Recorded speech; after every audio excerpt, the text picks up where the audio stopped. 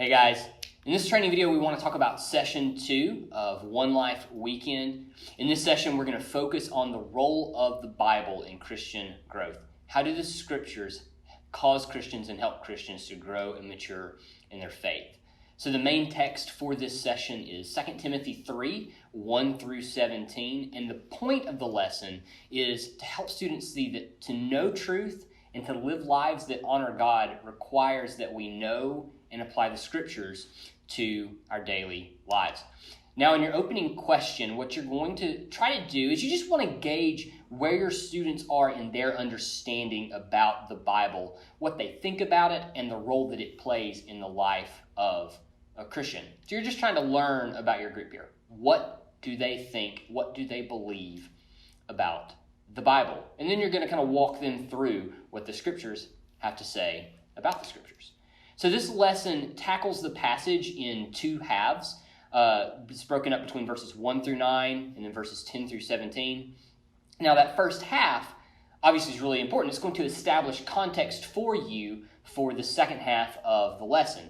And so what this first half deals with is the reality is that if we don't know what is true, then we will be led astray by falsehood and by our sinful desires. And so in the first half of the lesson, it contains some optional questions for you that might help your group better understand what was happening in Timothy's day and how that comes to bear on us. Why does that matter for us? So optional questions you can use. If you have time, I'd encourage you to do it. If not, don't sweat it. You'll have a lot of other things that'll help you accomplish this goal throughout the session.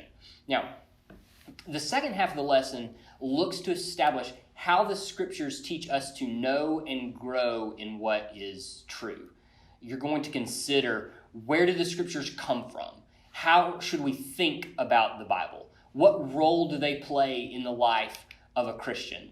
And so through this, you want to help your students see that the Bible is God's self-revelation about himself, that the scriptures have God for their author, that they are authoritative and determine what Christians believe and what Christians do. They establish Christian doctrine and practice.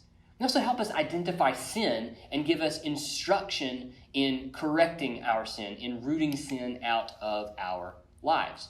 So in questions 7 through 11 of this session, you're going to walk through what the scriptures are, their source, their substance, and the role that they play in the life of a Christian. Now, when you get to question 12, it's actually going to take you all the way back to the first question that you asked to begin the session. It brings you back and gives you a chance to see how students are processing everything that you have discussed and to see if some of the things they said at the beginning of the session start to change based off of what you've seen in the scriptures. Now, at the end of the session and every session, you'll notice a section that's called Wrap-Up. So in this session, the wrap-up is going to give you a chance to talk about the similarities in Timothy's day to our own day and time. And so that'll then allow you to talk about the role that the scriptures play in shaping our thoughts, our actions, in all the parts of our everyday lives. And so in this session, the reflection question is going to deal with our thoughts about and actions regarding the Bible, and also to listening to the preaching of the Bible in our churches. And so what we're wanting students to do here is to really think on, how do my thoughts and my actions, what do they reveal about how I think and the trust that I have in the scriptures? And so this is going to give you an opportunity to drive back to what we discussed in the first session, our affections and desires. And so this is a question that's meant to press. And again, it's a good question for you to follow up on once the session is over.